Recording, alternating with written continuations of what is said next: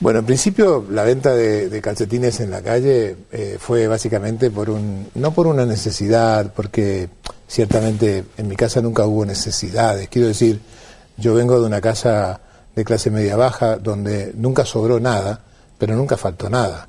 Yo no sé lo que es el hambre, como se ve, nunca pasamos frío, y de las cosas que nos privábamos era de una vacación, de un espectáculo, del circo más famoso que llegaba al pueblo. Teníamos que usar la ropa de mis primos que quedaban y que yo tenía que cuidar para dejársela para los primos más pequeños que seguían. Pero faltar, nunca faltó nada. Pero mi padre, que siempre fue un hombre que trabajó mucho, yo creo demasiado, yo no me animaba a pedirle dinero para mis gastos. Mis gastos eran, cuando yo tenía 13 años, comprar una revista o ir al circo o al cine, y a mí me daba mucho pudor, a mi hermano y a mí, a los dos. Nos daba mucha vergüenza pedirle dinero a mi padre, que sabíamos que le costaba mucho ganarlo, ¿no? Así que salir a vender calcetines, que en realidad casi le robábamos a mi tío de su negocio, y luego si los vendíamos le devolvíamos los calcetines, y si no los vendíamos los teníamos hasta venderlos. Era una aventura y una travesura, pero servía para juntar ese dinero para estas pequeñas cosas. No para libros, porque mi padre, que en realidad tenía nada más que el colegio primario, tenía con la lectura un vínculo casi de adoración pasional y lógica quizás, porque él nos decía a mi hermano y a mí algo que a nosotros nos marcó, a los dos. Nos decía, en esta casa no hay dinero para ropa de marca, ni para el último juguete que sale en la televisión. No tenemos dinero para eso. Pero para libros siempre hay.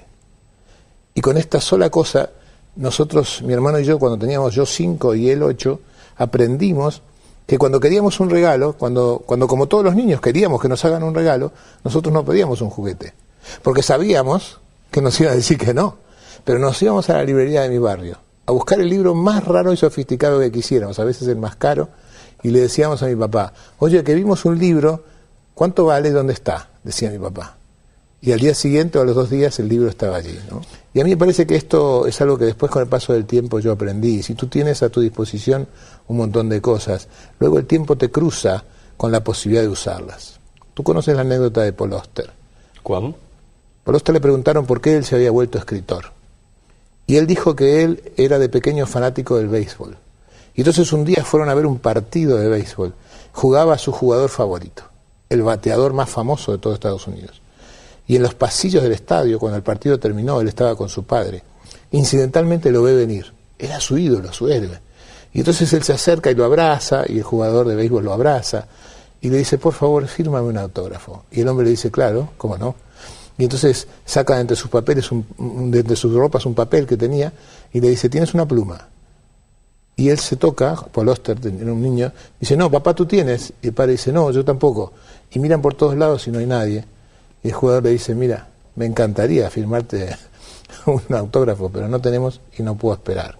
Cuánto lo siento. Y el jugador de Facebook se fue, y Paul Auster cuenta que fue uno de los mayores dolores de su vida.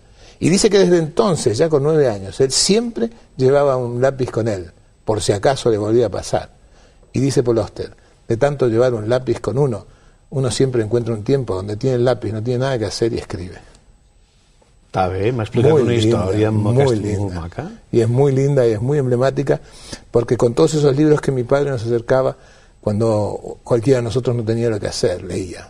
Porque el camino espiritual solo se puede empezar desde un lugar que es un lugar casi doloroso, o por lo menos molesto, que es la sensación de un vacío interior que no se llena con las cosas que uno tiene.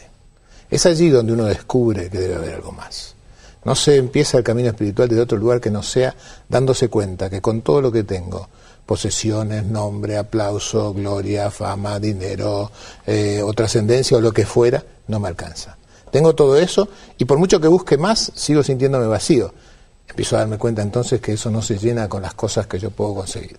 Y cuando me doy cuenta de esto, entonces empiezo el camino. Quizás, como en el ejemplo que tú cuentas, ¿no? Mirar a las alturas porque aquí, en el llano, no está la respuesta a la solución que busco. Com s'arriba a gaudir de l'espiritualitat? Aturant el temps? Es muy difícil de decir. Yo me acuerdo cuando yo empecé a meditar, meditaba en grupo con un maestro que nos ayudaba y que actuaba como facilitador, ¿no? Y entonces uno de los que meditaba con nosotros se quejó con el maestro y dijo, mire, maestro, yo medito y medito 3 veces por día y no pasa nada. Y el maestro le dijo, claro, muy bien. Esa fue su respuesta, muy bien. De eso se trata, de eso se trata. Yo creo que es imposible pensar que la espiritualidad te va a dar algo. La espiritualidad hace que tú te encuentres con algunas cosas que no sabes que buscas, pero no que busques algunas cosas que vayas a encontrar. De hecho, cuanto más las busques, menos las vas a encontrar. La espiritualidad es un camino que se recorre a partir de que ese vacío que tú sientes no sea accidental y padecido, sino voluntario y elegido. Y no se trata de no disfrutar de lo que tienes, se trata de no necesitarlo, que es otra cosa. Ara jo necessitaria 1 hora o 1 hora i mitja per anar desbrossant tot el que m'acaba de dir, però no el tenim. A vegades ens tornem infeliços perquè no sabem gaudir del que tenim, la majoria de les vegades.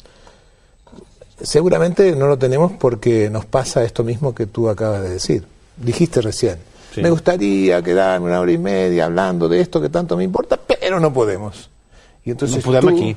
Sí, pero tú y yo, aquí y ahora, somos esclavos de un invento personal. Recién te escuchaba el poema, ¿no?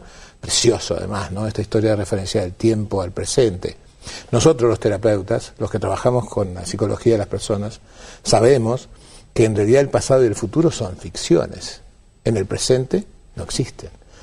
Y además son tan ficciones que a veces ni siquiera se corresponden con la realidad. 2 hermanos recuerdan su historia y a pesar de ser sinceros, la historia que cuentan es diferente. La han vivido desde diferentes lugares. No hay nada de malo en el pasado, solo que ya no está. No hay nada de malo en el futuro, solo que es un imaginario. Por ahora es un imaginario. El tema está en qué hacemos con este presente, ¿no? Y lo que hacemos muchas veces es lo que dice el libro más provocativo sobre el tiempo que yo he leído en mi vida, se llama El elogio de la lentitud, de Carlos Noré. Y Carlos Noré dice en el principio del libro,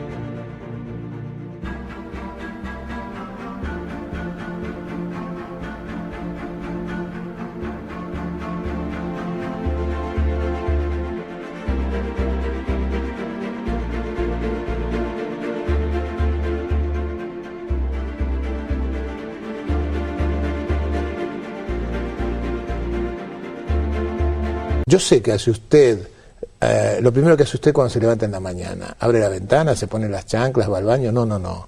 Lo primero que usted hace es mirar el reloj. Y yo cuando leí eso pensé, este hombre me debe haber estado espiando.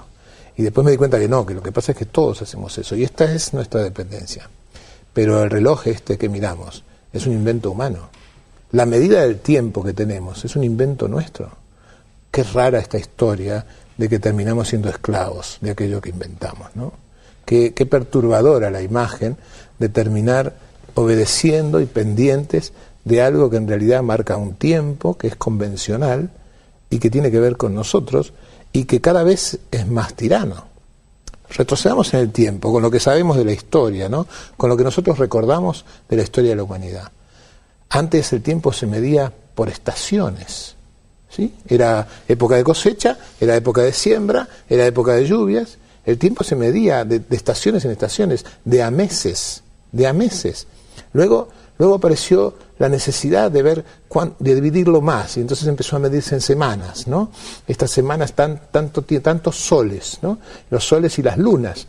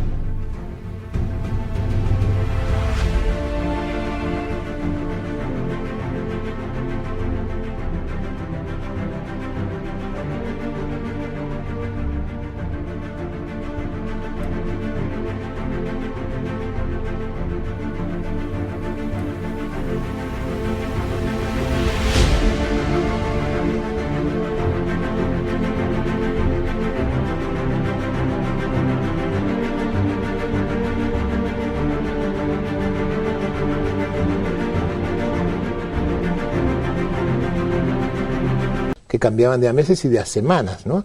El cuarto menguante, el cuarto creciente, y esta era la medida. Y luego empezó el reloj de sol.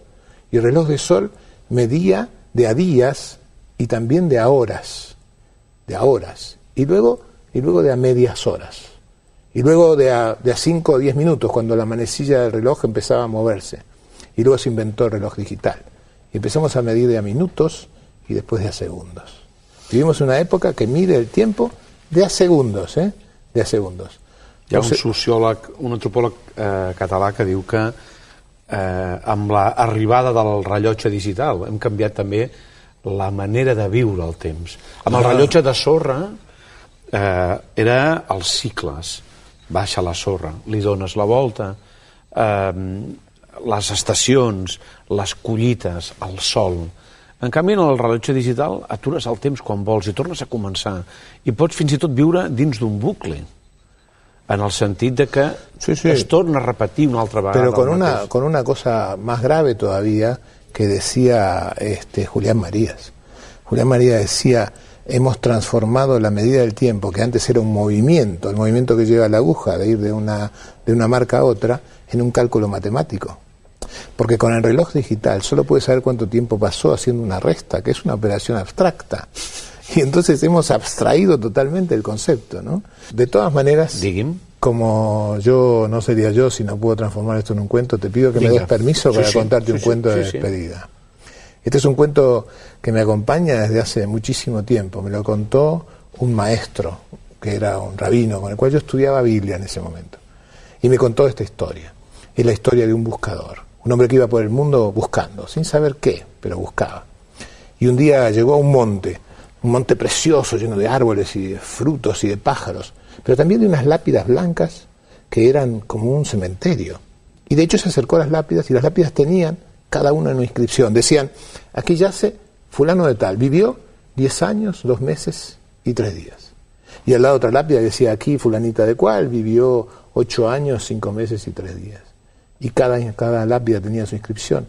Pero lo que le llamó la atención es que nadie había vivido más de 12 años. El hombre se consternó y se sentó en el suelo a llorar, preguntándose por qué tantos niños muertos en ese pueblo.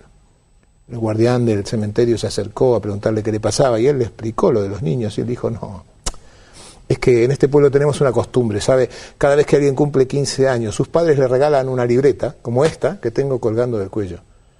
Y entonces cada vez que uno disfruta intensamente de algo, es nuestra costumbre abrir la libreta y anotar. A la derecha, ¿qué fue lo que disfrutó? Y a la izquierda, ¿cuánto tiempo duró ese placer? El primer beso, el encuentro con la persona amada, el regreso del amigo, el nacimiento del primer hijo. Es nuestra costumbre. Cada vez que alguien muere, sumamos el tiempo disfrutado de esa persona y lo anotamos en su tumba como tiempo vivido, porque lo demás es pasar por la vida.